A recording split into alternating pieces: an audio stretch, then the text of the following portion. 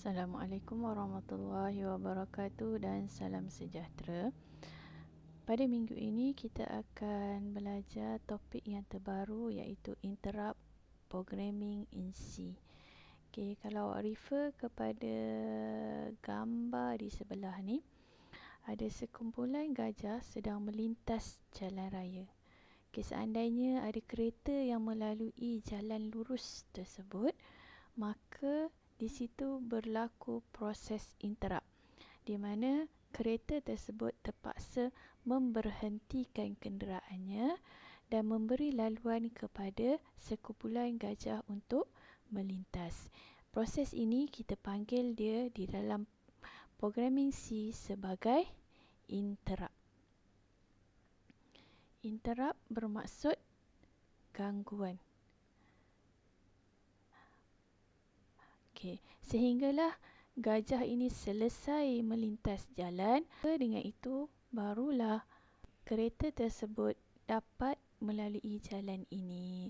Setelah kereta tersebut dapat melalui jalan tersebut, maka proses interrupt dianggap telah berakhir. Okay, by the end of the class, students should be able to describe interrupt and pulling method. What is interrupt and what is pulling method? List down source of interrupt. Describe how to enable and disable interrupt, and identify the steps in enabling and disabling interrupt. Also, students should know how to program the PIC interrupt using C program.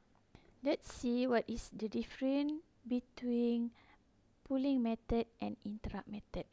Okey, kita tengok pada programming di bahagian pulling method. Kalau kita tengok satu persatu programming di bahagian pulling method ini, kita akan dapat lihat di sini hanya terdapat satu main function. Semua program akan ditulis di dalam main function. Okey, program yang melibatkan pulling method adalah program yang melibatkan main function sahaja. Semua event yang berlaku akan ditulis di dalam main function. Ini akan menyebabkan function main akan menjadi terlalu banyak dan boleh menyebabkan CPU crash. Okay, untuk mengatasi masalah tersebut, kita datangkan dengan satu kaedah kita panggil sebagai interrupt method. Kalau tengok dari segi programming di sini, programming untuk interrupt, kita ada lebih banyak function. Okay, di sini adalah untuk kita set priority kepada interrupt. Okay, kemudian ini untuk kita check sama ada interrupt berlaku ataupun tidak. Okay, di sini baru kita nampak kita punya function main. Dan di sini adalah interrupt subroutine. Okey, maksudnya interrupt ni kita dah bahagikan program main kepada beberapa bahagian. Seandainya sesuatu event ataupun kejadian, suatu event ni kita nak tetapkan pada kita punya programming tu jarang-jarang berlaku, jadi kita boleh masukkan ke dalam interrupt. Tujuannya adalah supaya kita punya function main akan jadi lebih smooth.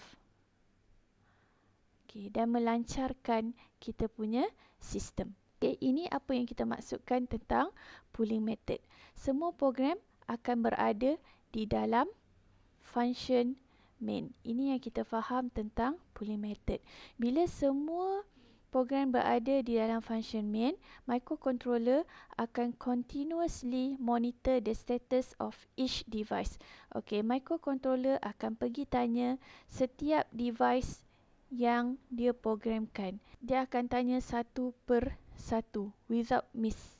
When status condition is met, baru microcontroller akan perform the service. Okay, each device get the same attention from the CPU. Maksudnya level of priority dia adalah sama.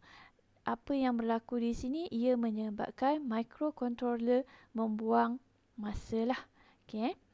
Okey, sebabnya kadang-kadang mungkin device ni tak sampai pun masa dia untuk dia perform servis lagi. Tapi dia dah kena tanya.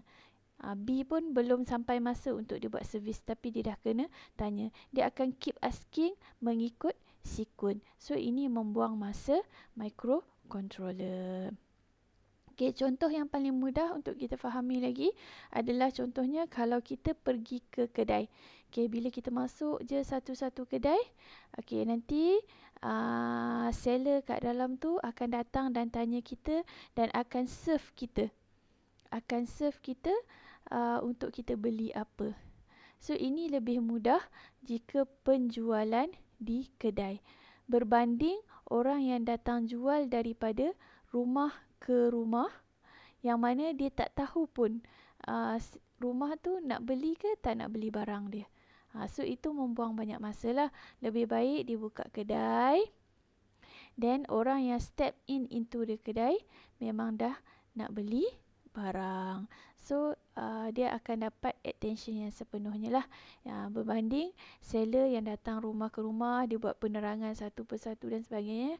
Then, dah lepas 3 biji rumah pun still tak beli apa yang dia jual. Okay, apa yang kita maksudkan dengan interrupt? Interrupt adalah kita dah bahagi kita punya program kepada function-function tertentu. So, bila function tadi memerlukan attention, dia akan bagi signal kepada main untuk menjalankan dia punya program. Kita punya device. Okay, contohnya kita ada switch kat sini. So, bila switch ni ditekan, bila switch ditekan bermaksud ada interrupt berlaku lah. So, bila ada interrupt berlaku, barulah dia bagi isyarat pada microcontroller. Barulah microcontroller akan layan dia. Microcontroller akan hentikan apa yang dia tengah buat. Kemudian dia akan layan device tadi. Habis dia device ni berfungsi, kemudian microcontroller akan jalankan semula dia punya tugas. Okay. So, ini step dia tadilah. Okay, apabila device needs a service, dia akan send interrupt signal. Okay, kemudian program akan receive interrupt signal, stop whatever the main program is doing. Okay, kemudian special part of program untuk interrupt ni kita panggil sebagai ISR, akan analyze and handle the program. So, main program tadi akan stop untuk sebentar. Okay, dah stop. Kemudian kita akan serve interrupt. Sehingga selesai kita serve interrupt, barulah main program akan berjalan seperti biasa.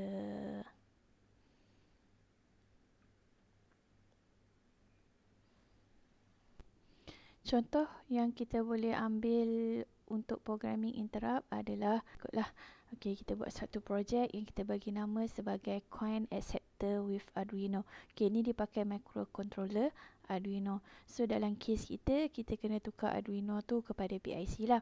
Okay, so yang kita nak fahamkan kat sini adalah konsep interrupt tu tadi. So, bukan setiap masa orang akan masukkan duit ke dalam slot coin tadi. Okay, bukan setiap masa orang akan masukkan duit. So, kalau kita letak program ni di dalam main, CPU kita akan sentiasa bertanya, ada duit tak? Ada duit masuk tak? Ada duit masuk tak? Ada duit masuk tak? Ini akan menyebabkan CPU tu penat lah kita panggil kan. Okay, so untuk mengelakkan daripada kejadian tersebut berlaku, kita boleh letak program tadi di dalam interrupt. Jadi, seandainya ada orang masukkan duit ke dalam slot duit tadi, duit terjatuh, barulah coin acceptor ni akan bagi isyarat kepada microcontroller. Duit masuk. So, microcontroller tadi yang tengah menjalankan tugas yang lain tadi, mungkin tengah di display status kewangan pada masa itu, akan stop display dan menerima duit tadi, and then dia akan serve lah start counting berapa duit yang masuk dan sebagainya, sehinggalah selesai dia counting, baru dia akan display semula status terkini bilangan duit yang telah ada di dalam machine, vendor machine ataupun dalam tabung. Tak kisahlah apa-apa projek yang dibuat. Ini adalah konsep interrupt. Okey, seterusnya adalah perbezaan di antara interrupt dan juga pooling method. Okey, biasanya soalan ni pun akan masuk dalam final lah. Okey. So interrupt ni dari segi pertama kita boleh buat differences dia. Interrupt akan stop whatever it is doing, receive interrupt signal and serve the device. Manakala untuk pooling method, microcontroller akan continuously monitor the status. Okey, itu perbezaan yang pertama. Perbezaan yang kedua adalah microcontroller can serve many device. Tapi kena ingat not all at the same times. Yang mana kita perlu bagi priority lah. Okey, tapi dalam kaedah pooling method, sebab dia akan bertanya satu persatu, jadi of course lah kita tak akan boleh assign priority. Okey, next, yang paling penting, antara poin yang paling penting adalah interrupt akan avoid tying down the microcontroller. Maksudnya kita boleh mengelak daripada CPU tu jadi lembab lah. Manakala pooling method ni akan menyebabkan CPU tie up, terikat for one activity.